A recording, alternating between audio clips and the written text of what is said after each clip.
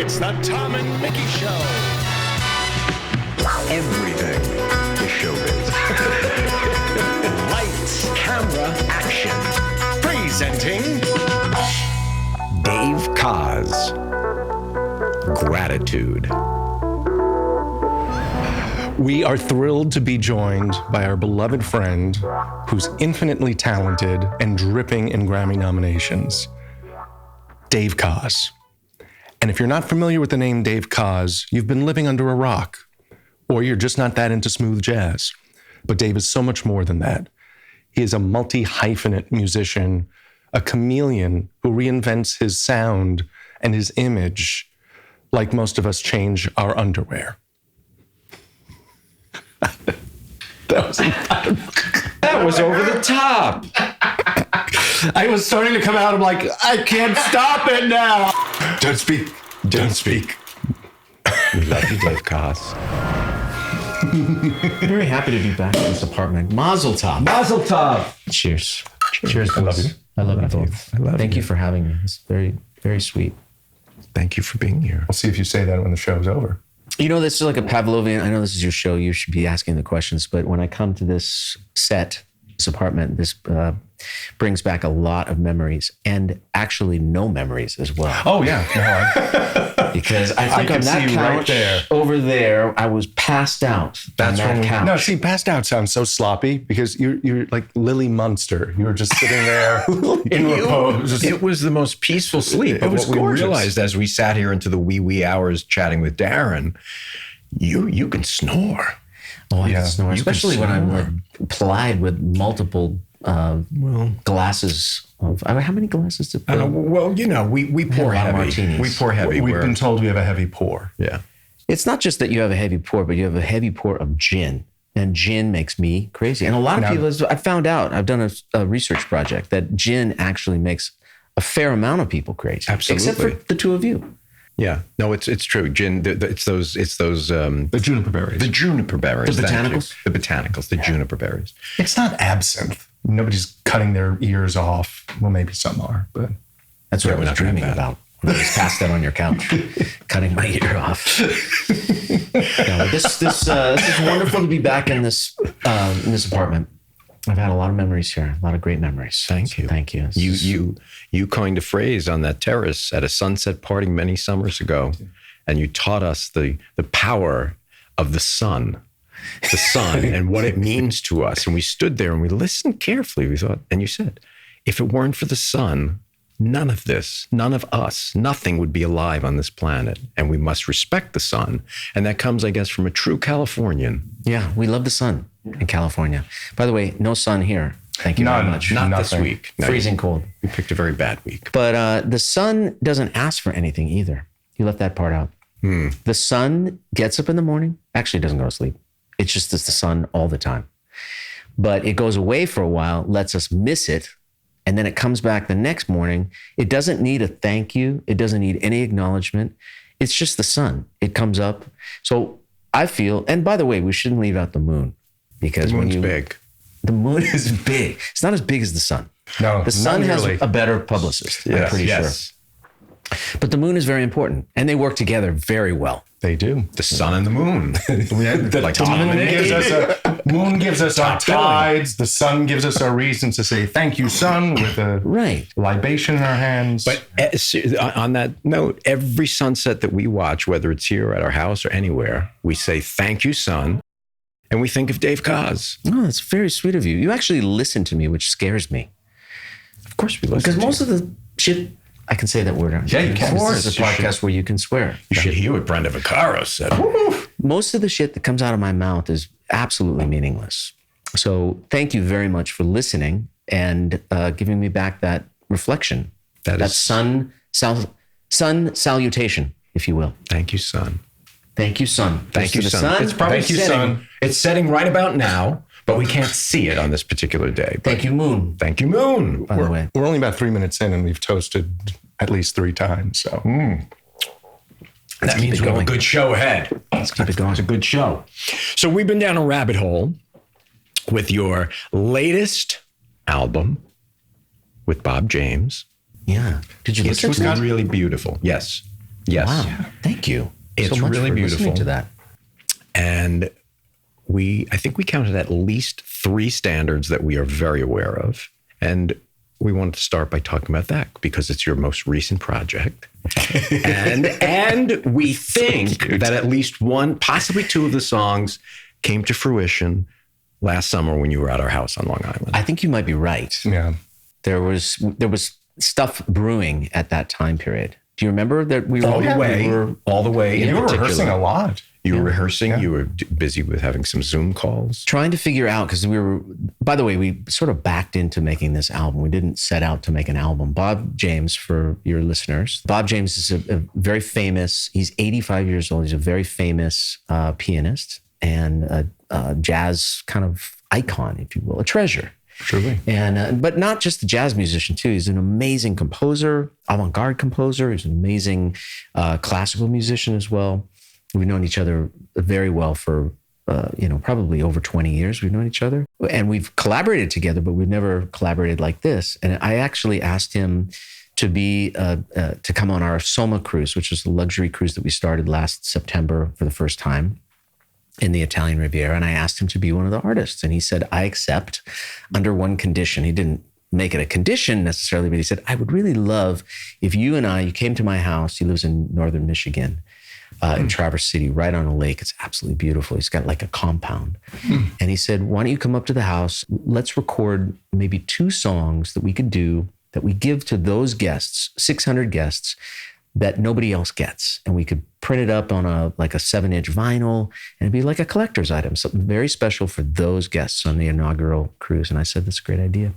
So I went to, and that was when I was at Summerwind with you guys. Yeah. Mm-hmm. And part of that whole thing was, please bring a song or 2 of your own, but also come armed with some ideas for standards that we can record. So who better right before going there to hang out with, to explore a variety of different standards was you guys. So Thank you for the inspiration. Beautiful. And we didn't expect to, I'm sure the end of that story is we just didn't expect to record an album, but we finished those 2 songs very quickly. We did 2 more, and I was leaving on that. It was about a 2-day trip, and I said, Bob, I just don't feel like we're done. So can I come back in like 6 weeks? And I came back and we recorded another 5 songs. And then we did the last 2 songs at my studio in Los Angeles. But it was such an incredible thing. Just 2 musicians, very pure, very vulnerable, no net, very naked feeling of just working with one musician without headphones. It was recorded primarily in his living room overlooking the lake. And it was just almost like a living room experience, living room recording. Yeah. And hopefully people will be enjoying it in their living rooms too. We've enjoyed it in our living room. That's right. Thank you. My Ship. That was one of his suggestions. You know that song. Oh, of course. That was one that I didn't really know very well. I'd heard it before. I've heard other versions, but that was the first song that we recorded for this album.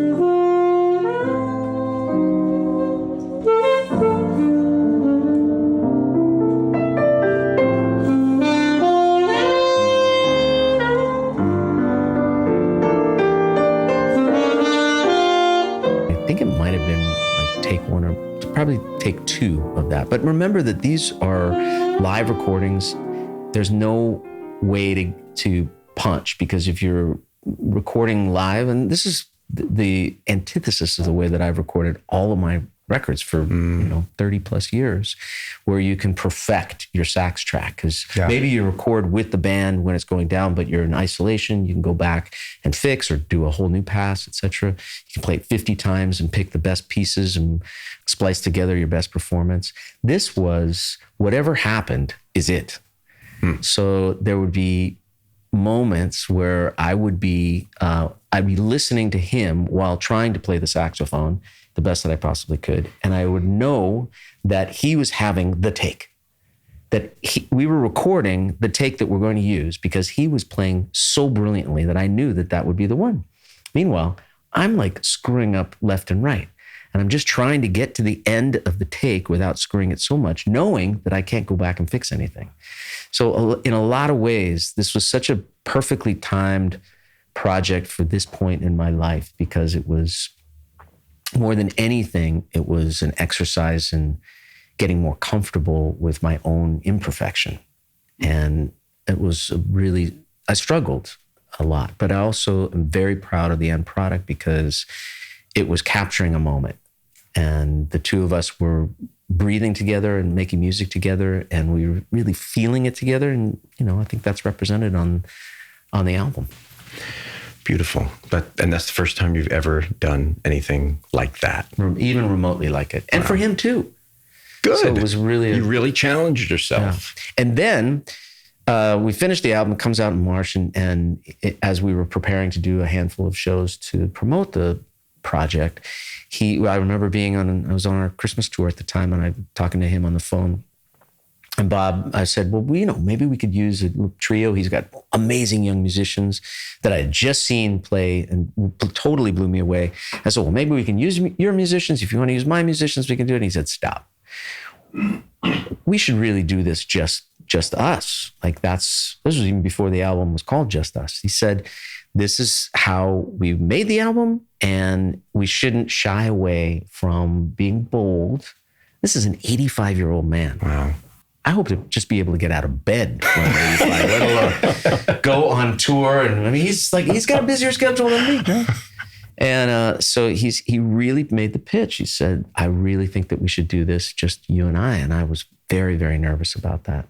I've never been more nervous for a tour and actually to make a record than I was for this project. But I think the results were really good. You're pushing yourself to the edge of your envelope to see what you really got. When you have no net, no parachute, what's going to happen? So, and is the tour still happening at this time, or you finished the dates for now? We have one more in Las Vegas. We want one here.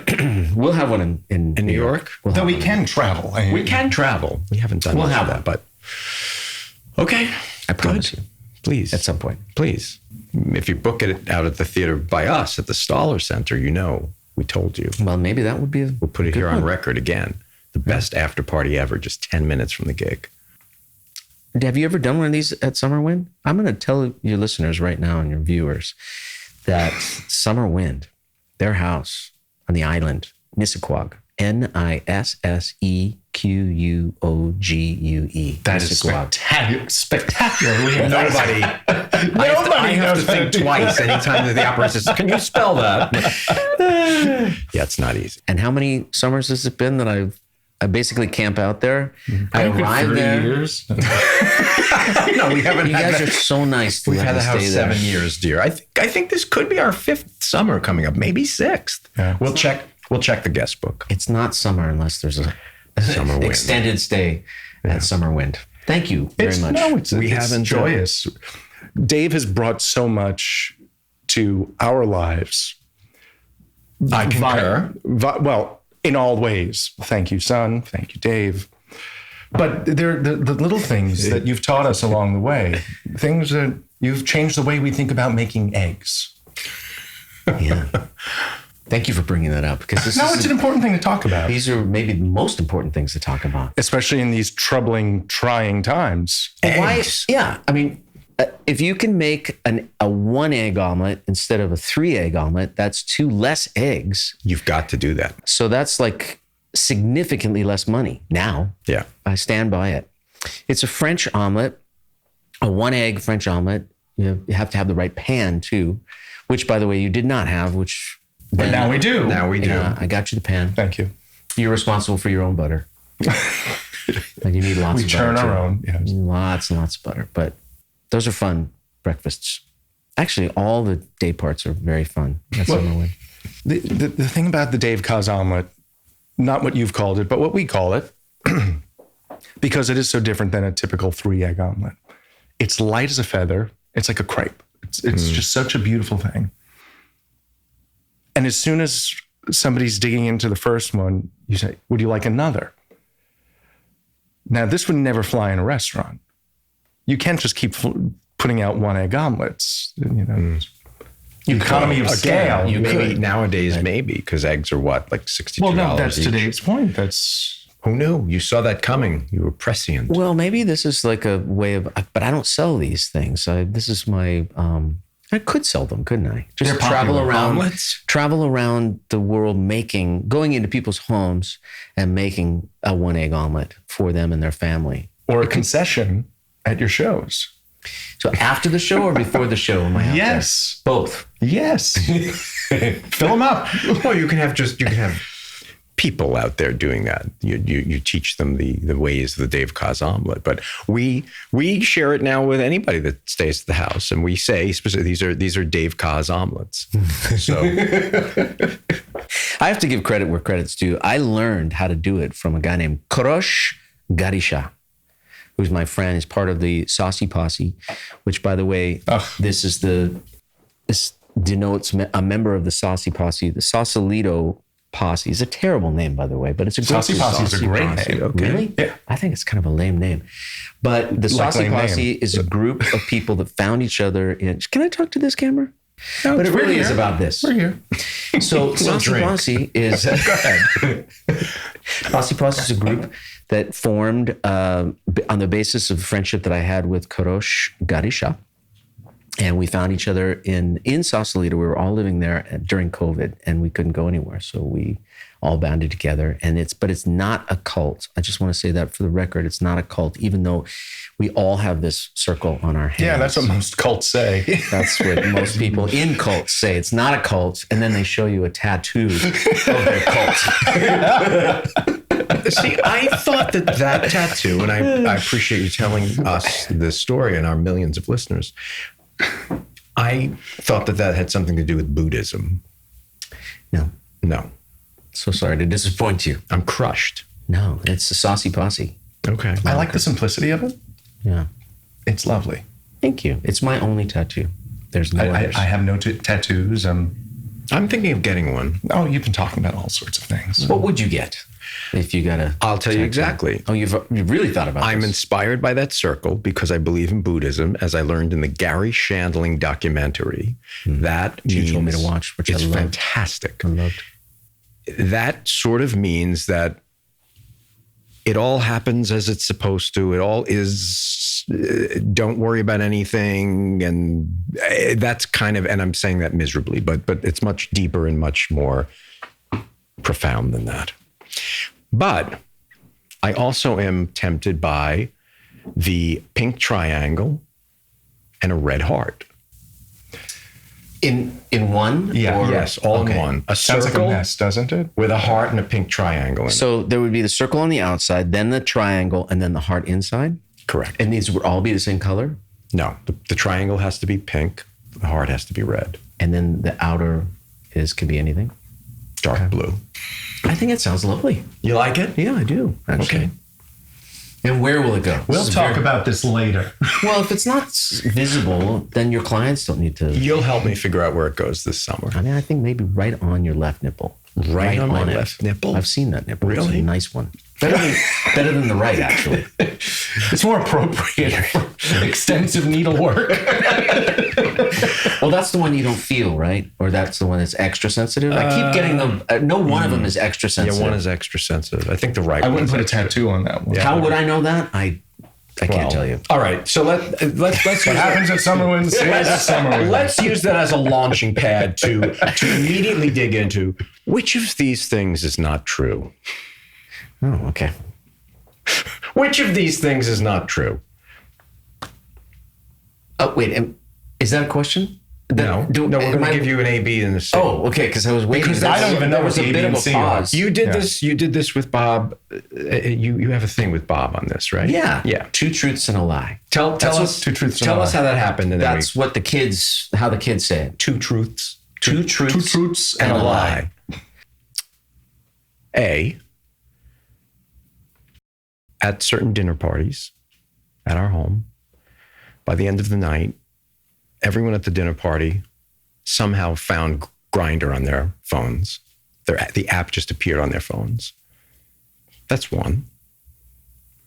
B. Wait. Can I inject a question? You can inject, yeah. So you're saying that at Summerwind or here? Summerwind. Because that's a very important distinction. It is. You're right. You're right. That's good. At Summerwind, a dinner party, and were the dinner party guests, some of whom were not gay, or all gay men? All gay men. And these are people that did not yet have Grindr on their phones? Correct. Some did, some didn't. That's a lie. But by the end, Every gay has Grindr on their phone. That's a lie. Yeah, I'm pretty sure about that one. I mean, you don't have to act on it, but it's pure entertainment. Okay.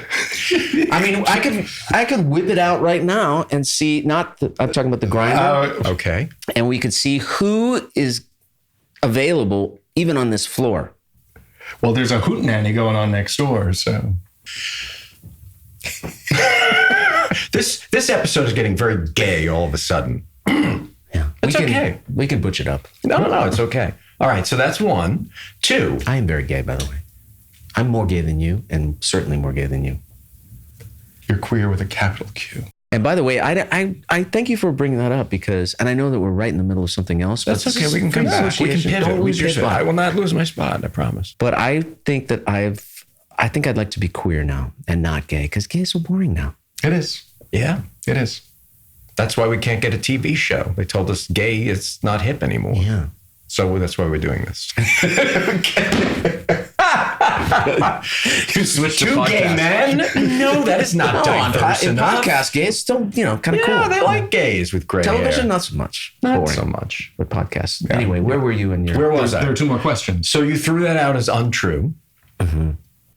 The other one was Brenda Vaccaro will never date an alto saxophone player. Is there another one? There's a third. Yeah. Frank Sinatra referred to his voice as a reed. His reed. That's very good. Okay. You want to review them again? Let's review. The dinner party at Summerwind with a bunch of gay men, and by the time that the end of the dinner party, everybody had Grindr because you put them on everybody's phone. That's number 1, right? That's number 1. In relation to the other 2, I now think that probably is true. That is true, and you put them on their phone. Which is why I've forgotten about it. That's so mean, isn't it? So nefarious and so mean. And we almost had a 1 a.m. visitor, but that's another story. Oh. We'll get to that. Well, that was good. Go ahead. Let's see. This game is going really well.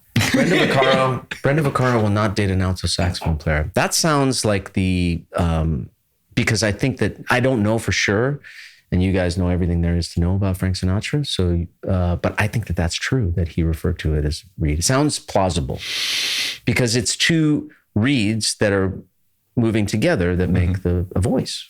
He absolutely referred to his voice as his reed, and his wife, Barbara Sinatra, his last wife, told me that at a party.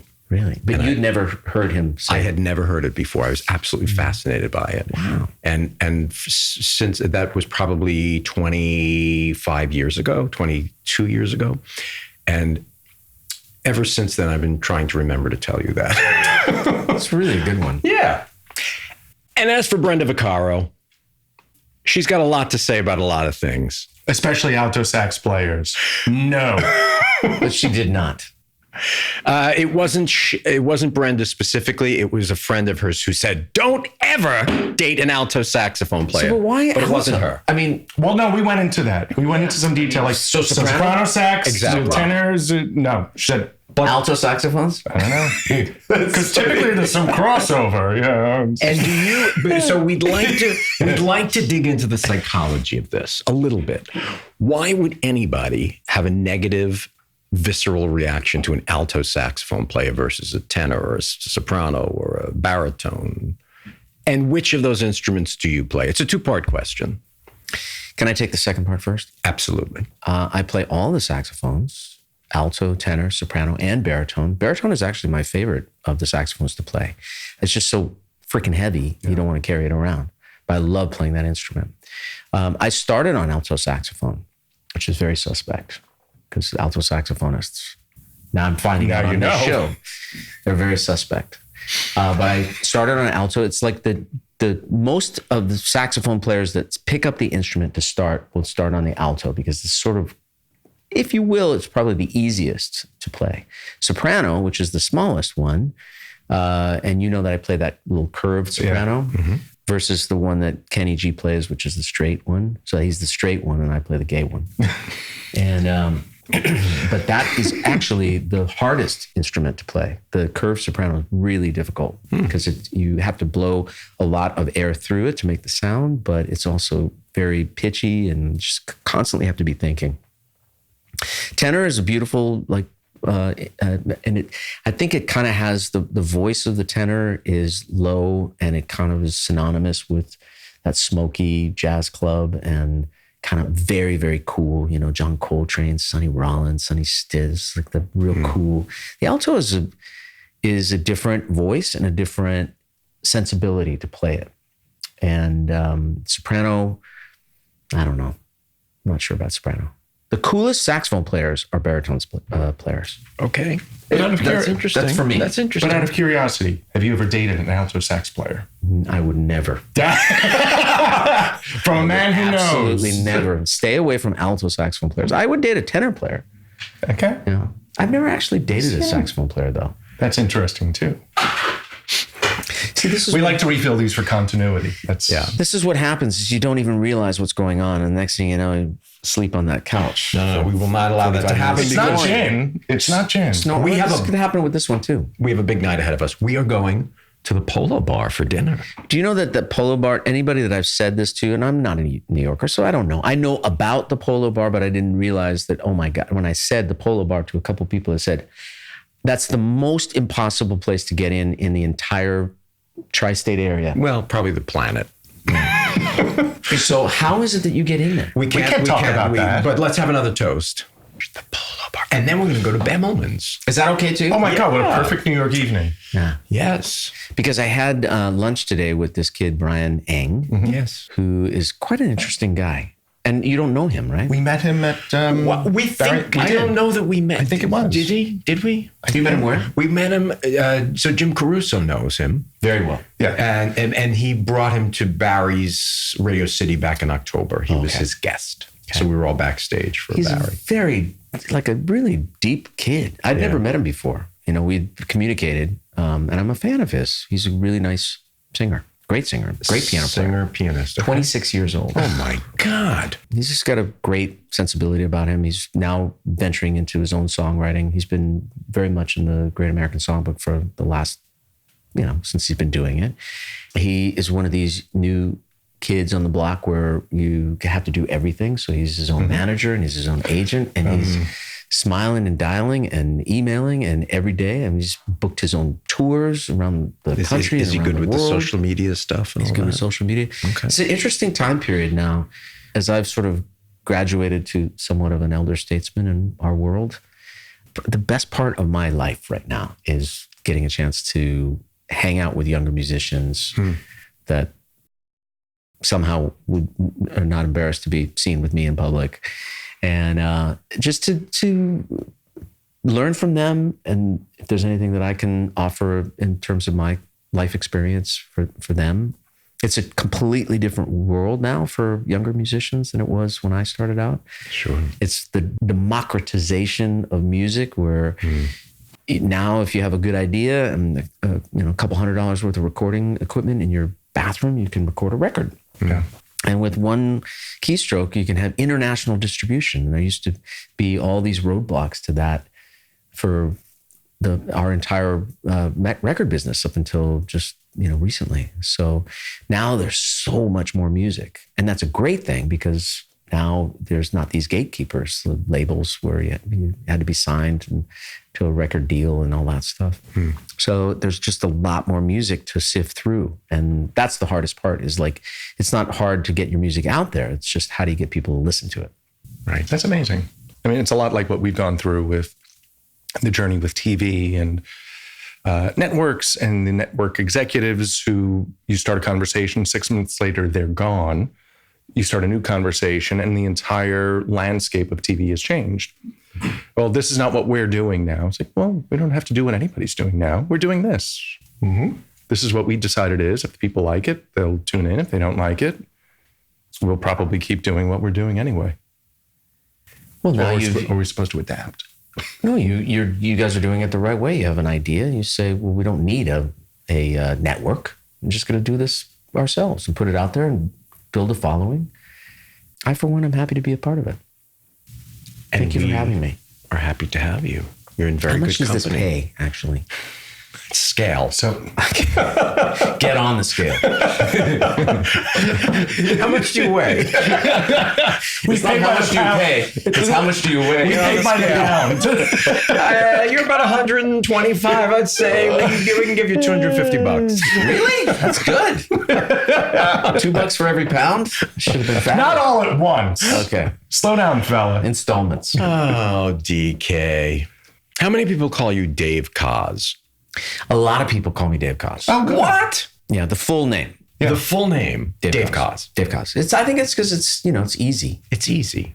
It's easy. It's a 1-2 punch. Ba, ba, ba. Dave Koz. Actually, it's funny that you should bring that up because there is a cute little story about that. I remember because I was always David growing up. I never, ever called myself Dave or referred to myself as Dave. And no family member, no friend ever called me Dave. I was just David. Cut to the first, when I made my first album for Capitol Records, and it was like 1989. My first album came out in 1990. And my manager and I, at our first meeting in the Capitol Records art department, where they were going to pitch me record covers based on the photo shoot that we had done for the record cover. The head of the art department says, and unveils like 4 comps of thing. And every one of them said Dave Koz. And I'm sitting there with my manager and I'm kind of like biting my tongue. And I'm finally, because I didn't want to ruffle any feathers. I'm signed to Capitol Records. I don't want to get dropped before my first record comes out. So I said, sheepishly at a break, I just said, my name is actually David Koz, not Dave Koz. And then he said, well, we had a meeting about that. And I just thought, sorry, wouldn't that you be couldn't funny that they had a meeting about my first name? That's interesting. And they came up, I guess they focus grouped it, and they said, well, Dave Koz sounds better than David Koz. David Koz. And plus, at the time, there was David Sanborn, my idol, my saxophone idol. And they said, well, there's already a David in the space, so you can't be another David. You got to be Dave. Yeah. And so they sold me, and that was it. Okay. And then from that point on, so this is now 35 years ago, even my own family members, like my brother and sister, who always called me David growing up, they call me Dave for the last 35 years. And I think it was last year that I asked my brother and sister if they wouldn't mind, just as an experiment, because I don't really care that much, but as an experiment, I said, do you mind just reverting back to David now? Calling me David, not Dave. And they said we would try. They've failed absolutely miserably. They have not used David once. Wow. Because it's just sort of ingrained there. And the flip side to that is, David Sanborn, who was beloved to all of us, we never called him David. We always called him Dave. That's funny. Did you ever call him David? I did, because, when you know somebody well, you want to be kind of hip and, hey Dave. Was his billing every time he performed, did it say David Sanborn? It did. Yeah. And his records and everything? Yeah. Yeah. But even his own wife would call him Dave, Yeah. And I think he would refer to himself as Dave. Yeah. Hey, so Dave Sanborn. You were always a David. Yeah. He was always a Dave. He became David and you got stuck with Dave. Yeah. It's funny how that. But you are Dave Koz. He was such an amazing guy. And the 3 of us share David Sanborn as a friend and for you guys a client. And he was, oh my God, the guy. He played the alto saxophone. He did. Oh. And he was also married 5 times. Okay, all right. Score 1 for Brenda. But David he was just my hero, my North Star.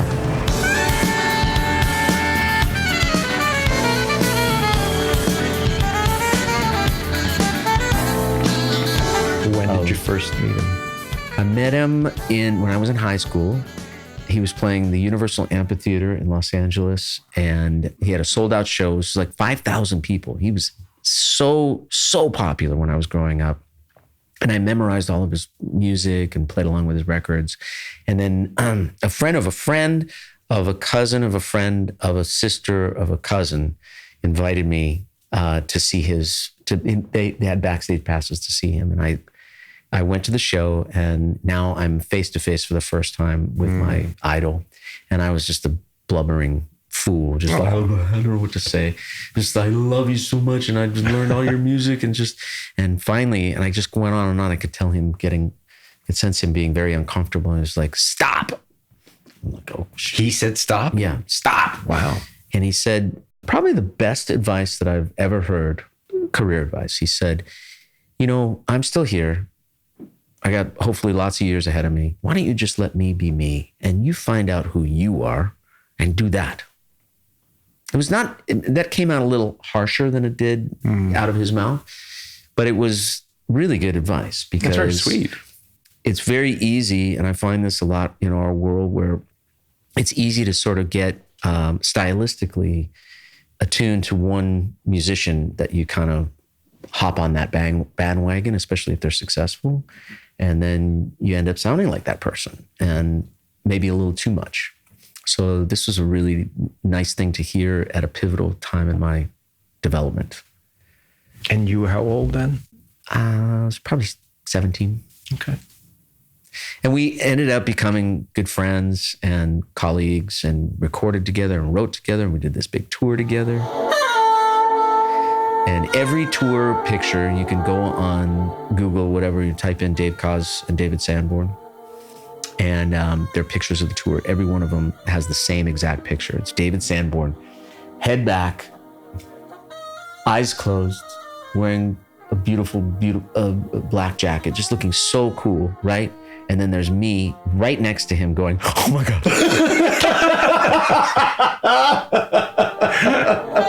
Yeah.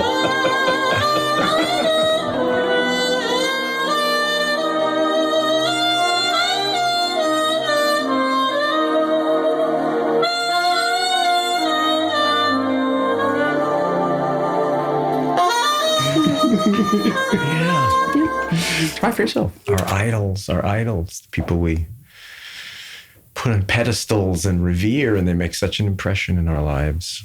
But there are warnings about meeting your idols too. Well, I think in this case, it was a beautiful meeting. This was good. Yeah. But you're right. Sometimes it's better to just have that be a question mark of how it would go. And you can write for yourself the scenario that feels best. And the reality sometimes doesn't match up to your fantasy. But in his case, that was and actually the people that I look to as my music mentors, there's been, like, the guy who signed me was a legendary New York record executive named Bruce Lundvall. And he was the president of Elektra, he was the president of Columbia, he was president of Capitol. And the list of people that he was responsible for assigning, from everyone from Bruce Springsteen to Norah Jones, for example, you're part of that pantheon. And nobody would go to lunch quite like Bruce Lundvall. And I can't remember the name of the amazing Italian restaurant. He'd have 2 martinis before lunch and then 2 double espressos at the end. Oof. And ate like a king at lunch, back when people did that kind of thing. Hold me down and build me up. 2 martinis and 2 espressos. I can't. Yeah. Not at lunch. That was yesteryear.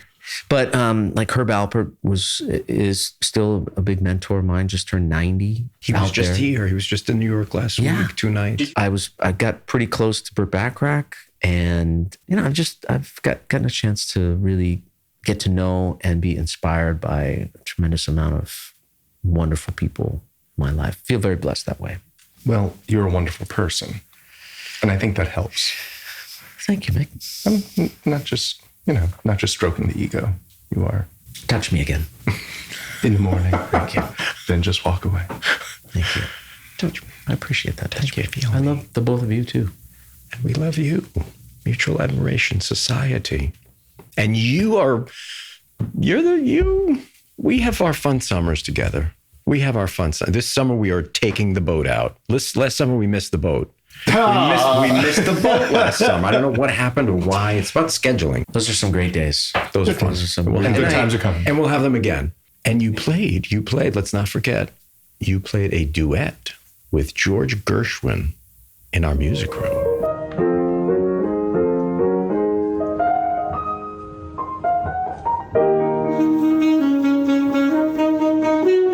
the most amazing thing. These guys have a player piano, or I know it's not called a player piano. What's it called? Yeah, it's a player piano. It's a duo art. Duo art. Yeah, duo art. I knew it had a fancy name. But basically, it's a baby grand piano that you put these rolls in, piano rolls, and then you can watch whoever played the piano part into the roll, like created the roll. What the technology is so long ago. But the one for, was it Rhapsody in Blue? It was Rhapsody in Blue. You're watching George Gershwin's fingers on the keyboard. His fingers are not there, but you can see him press the keys. It's fascinating. That is really amazing. Yeah. Anybody that we try, anytime anyone comes to the house that finds it interesting, we share it with them, because to us, it's still, I mean, we get goose pimples every time we play. It's like, it's just amazing, the technology. And the piano was from 1927. 1927. The technology is spectacular. And there are a lot of people who think of player pianos like old spaghetti westerns, like somebody's pedaling it and like the pianola girl. But the technology by 1927 was really top notch, and what they were doing. Somebody once wisely said that a recording is like a photograph and a piano roll is like an oil painting. Wow. Because it gives the artist the opportunity to say, no, that I held that a little bit longer, and not quite auto-tune. I think it's a little bit more romantic. So you can go back or they could go back and fix certain notes. As they were playing, it would sort of be like a typewriter that would punch holes in the paper, but they would sit with a producer in the room and they'd play it back like, no, that's wrong. You missed the D. Okay, we're going to cut that. Could they have done it in pieces so it wouldn't have had to been done, from start to finish? It's a great question. Because there was no mistakes. No, and the Rhapsody is so long. Yeah, I mean, it was. It's on two rolls. It's on two rolls. We have to put the second roll in. But the fact that he could play it. Yeah, he could play that. He didn't just write it, but he could actually play it on the piano, and also for it to sound like an orchestra. That's the thing, is you deal with, and I find that too with Bob James or anybody that's great, or Billy Stritch, for example, a good friend who's like, when you are playing a song with Billy Stritch, it's like floating on a cloud, like cloud nine. It's just so amazing. Like, these people, they can simulate an entire orchestra with two hands. They get 10 fingers, and there's so much music coming out of them. That's a real gift and an art. I wish that I could, that's one of my secret dreams, if I could just play. See, we put Peter Sincotti here, and he just turned around sort of like he was reaching for his phone. He was looking this way and doing that kind of thing. Reaching for his martini. No, that was over here. Oh. Right in front and center. He's a very talented young man. Very talented. I like him. I love Peter. He's a great kid. Great kid. I make myself sound a little bit older, but... Yeah. What are we going to do? We're getting older. That's good. We have to keep getting older is what we have to do. We don't have a choice, really. And you have to come to our house every summer and make new memories. And Marilyn May, when she was on the show, really did not like people talking about her age. Why does that matter? Why does that matter? Do you want people coming to see me because they think I'm going to drop dead? She just turned 97. 97 yesterday. Oh, and she's in the middle of a doing 10 10-night shows. run, 2 blocks from here at 54 Below, 10 nights. Well, some would argue that that's keeping her going. Exactly. And one thing that I can tell you is music, and I don't need to, you understand this just as much as anybody else, is music.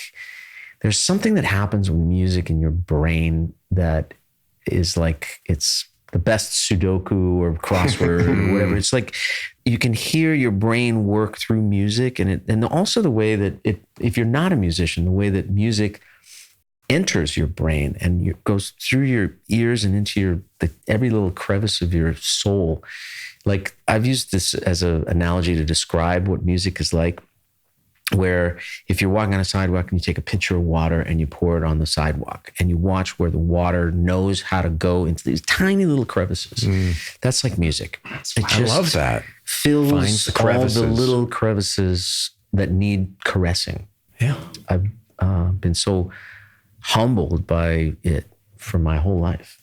I feel very lucky, very blessed to be able to do this for a living, to actually make it as my living. And hopefully it'll keep me around.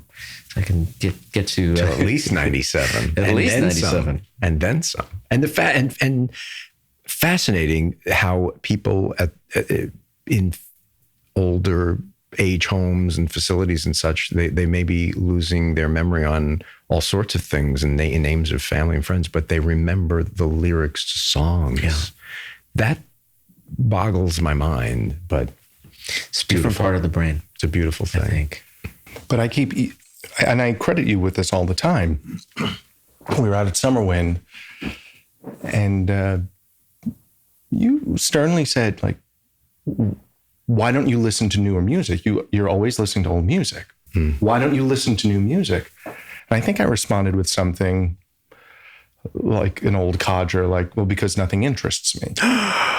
No, but that's not true. And I've said, but when people recommend something, I will listen to it, and I will often attach to it. And sometimes I'll be very critical of it. And I was like, well, it's derivative. It's, it's very electronic. It's not authentic. But there are times I will, be sitting in the bathtub and say, stop, don't listen to this. Listen to last week's top 10. And I'll go through the whole thing. I'm like, I don't attach to everything, but I'm trying to allow new wrinkles to form in the brain, to let the water in. I have somebody for you. He's a brand new artist. He lives in the UK. His name is Aaron, Aron. He's got a very long last name that he doesn't use.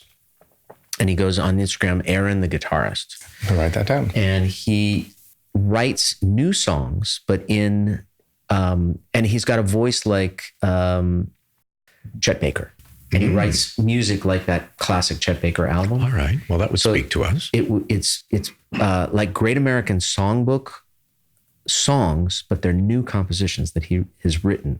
And the lyrics are so playful and so sweet. I mean, these sound like pieces of music that were written 80 years ago, but they're brand new pieces of music. And he just got signed to a big management company. They've got a big record company. And so he's got the whole thing brewing. He's probably like 24 years old. Fantastic. Tell us about Norman Lear. That would be another one of those mentors. We know you were very good friends with him. We both finished reading his autobiography at some point in the last year, which I could not put down. Have you read it? Last we checked, I don't know that you had read it. I have not read it. You really have to read it. I'm not a good reader. I'm not a big reader, especially big books. It's a big book. But it goes fast. It goes fast and you don't want to put it down. Do they have a Cliff Notes on that yet? Or? Actually, I think Norman did a recording of the book. Yeah. He was amazing. He was, and I feel like one of those, every time that I was in his, if I was in his world, whether it was at his house, because we would have these cigar nights once a quarter, pretty much. And the cigar group was a mixture of a really weird mixture of people, but somehow we all found each other. So it was Bob Saget when Bob was alive, and Norman Lear, a few other people, some of the business people, some music people. But Norman, I met, and his partner, because they bought Concord Records at the time I was on Concord Records. And so I got to know Norman and Hal Gaba, who was his producing partner, who passed also quite young. And Norman made it to 101. He did. Yeah. And he loved his cigars, and he loved music, and he loved his friends, and he loved being, he was a great raconteur and amazing storyteller. And also he was sitting around a table of 8 or 10 guys, and these cigar nights were legendary. You'd go over to his house, there'd be cocktails and incredible appetizers. Then you would sit down and meal, completely catered meal, special chef. And then we would retire to the patio with our instruments. And most of the people in the group were not professional musicians. There were a couple of us ringers. But Norman would sit there and just put his cigar, light a cigar, and sit there with the biggest smile on his face. And just enjoy. Love the music. And it would kind of meander, and somebody would start a song, and then somebody else would start a song. And next thing you know, it was a couple hours out there, just totally enjoying each other. Those are very special memories for me. And when COVID happened, Norman was like he was just really missing this group. So we did it every Sunday on Zoom for like that whole year. Wow. From 2020 soon after the lockdown for the whole next year, every Sunday. And you know how Zoom, there's the whole, what comes up. I don't know how he somehow figure out a way Bob Saget would always be the middle square. Like Paul Lynde. Paul Lynde. Sweet. Those are special. Those are very, very special. We did something we've never done before. We read your Wikipedia page, and all sorts of fabulous things popped up. But one thing stood out that actually made us laugh, because it said on Wikipedia, and you know, Wikipedia, that's not something that anyone has control over. That's out there in terms of the truth in the world and such. And it said it referred to the short-lived Pat Sajak show. And we're not going to name names, but we do know that somewhere it was referred to as the ill-fated Pat Sajak show. You know where I'm going with this, don't you? Because you played. I did. With Peter Allen. Yes. On the ill-fated Pat Sajak show. What part of the story what part of that did you not like? The ill-fated part? Because Peter Allen was on it? No, not at all. The show was ill-fated. We've joked and laughed bad. Hence the ill-fated. B-A-D, bad. I mean, I hope he's not watching here, but if he is, it's okay. Because he is a funny guy. Pat Sajak is a funny guy until the red light goes on. But that's tough when you're in TV. I think if you're a talk show host, you have to be able to hug people. You have to be a hugger. And my take is he's not a hugger. No, he's kind of like uncomfortable. He's not a hugger. But that is part of my past, the Pat Sajak show. And I do want to say, for anybody who remembers, for the 4 people in America that remember the Pat Sajak show, if you're one of them, the band was awesome. Oh, the band was spectacular. That was like my first real gig, 1988, I think it was. CBS really wanted to go head to head with, because Johnny Carson had announced his retirement. And I think that was right before Arsenio went on that air and Arsenio just as soon as he went on the air, that was the one that took off. And that was your first big thing, right? Arsenio Hall? Arsenio, I went and did Arsenio after they canceled the Pat Sajak show. Arsenio loved music. Dave Koz! And now let's party like it's 1993! It's Arsenio! Men and the women. How you doing, Dave? I'm doing great. How you doing? Oh, I'm hanging, man. You all were brilliant, by the way. Thank you so much. Thank Brilliant. you. Brilliant. That was wonderful. And blow for them in return. For them. Saxophone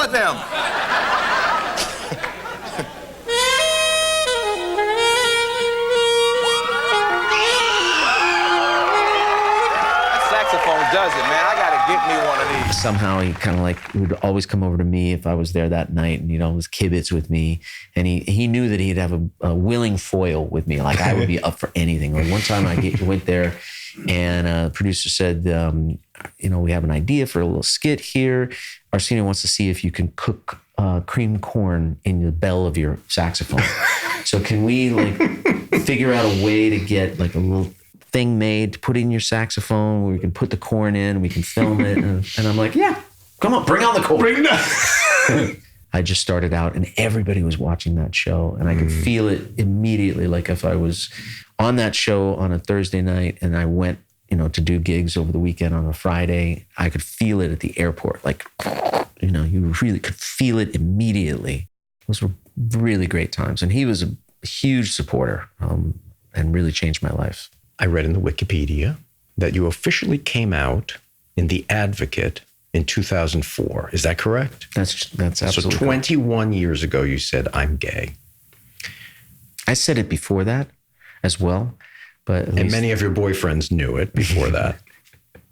That was the first real public one. What was the significant intervening variable to get from here to there?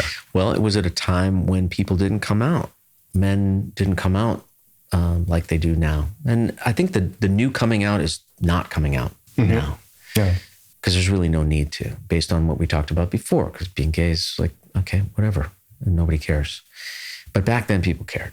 and I was already on my way. I had a pretty nice career going, and I just growing up gay and dealing with the shame of that, and also the onset of HIV and AIDS, and just like people were afraid of everything. And I just like for many, many years, I just was, even though I was gay and might have met somebody or had a date or something, I was not really there. Even if my body was there, I wasn't there because I was just too petrified. And so I kind of put everything on hold for basically 20 years. And when I was 40, right around this time, was like a renaissance where I kind of like, what am I doing? And a really good friend of mine is an infectious disease doctor at UCLA, researcher. And we were out to lunch one day, and I just said, if you don't mind, and I'll pick up the tab, but I'm going to ask you everything I can possibly think of about this disease and this virus, and you can tell me. And he just sort of allayed a lot of my fears with education, which is not something that was really widely disseminated back then. You were too young to know that. But we were all kind of wandering in the dark, not knowing what the hell was going on and how to protect ourselves really, and what the real risks were. So he got me more comfortable in my own skin, and I've started to finally have more dates. And the turning point was another friend of mine who was a journalist who wrote for like a gay rag magazine, said, and I had this album coming out called Saxophone in 2004. And he said, I love this album. I want to do a story on the album. And I said, well, you know that I'm not going to be able to come out. I know this is gay. And he said, oh, no problem. We just want to talk about the music.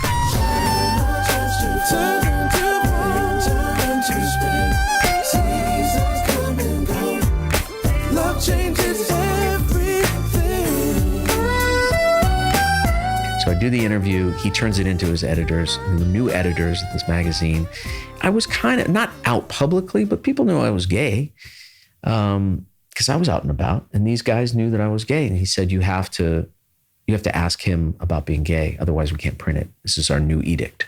Mm-hmm. So he sheepishly came back to me and he said, I know what you're going to say, but I can't unless you come out, I can't run this article in this magazine.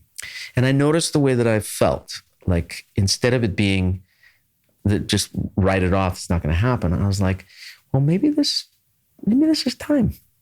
And I just was like, I'm tired of playing with two different decks. I want to have one deck of my life. I want to live one life, publicly and personally. So I told him that, I'm actually going to think about this. And when I told my managers who had shepherded Melissa Etheridge through her whole coming out, they were like, we're behind you 100%, but don't do it with that magazine. Do it with The Advocate, which is like the Time magazine of the gay world. Sure. And so we did it.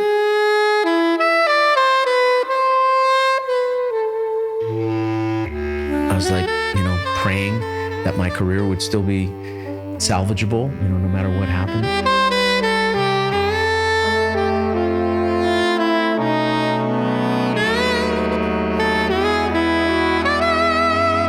Nothing happened. It was like a blip on the screen. The first call that I got was actually an email. The first one was Melissa Etheridge, whose email was, come on in, the water's warm. Yeah. That was her email. And then the next one was from David Mixner, who was like the Martin Luther King of the gay world. And he said, I had no idea you were gay. I've listened to your albums. This one album got me through this and this and this. We're doing a private party in the backyard of Senator Ted Kennedy's home in Washington, D.C. for the Democratic senatorships. We want you to be the entertainment. And that was 2 weeks after coming out. And then the other thing was the People magazine, who I'd been trying to get into for years, completely not interested in anything to do with me.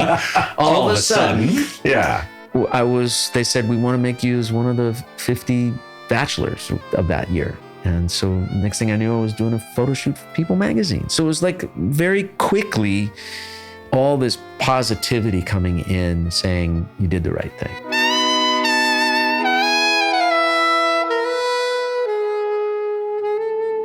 Whether you're gay and worried about coming out, that's one issue, but we all have fears that we make into much more than they really need to be. You put more and more clay on your mountain of fear, and then it's unscalable. And you look at it and you say, I'm never going to be able to get over this. And that's the way I was until you just say, I'm doing this. And then you get on the other side of the mountain, you look back and there's no mountain. There's nothing there.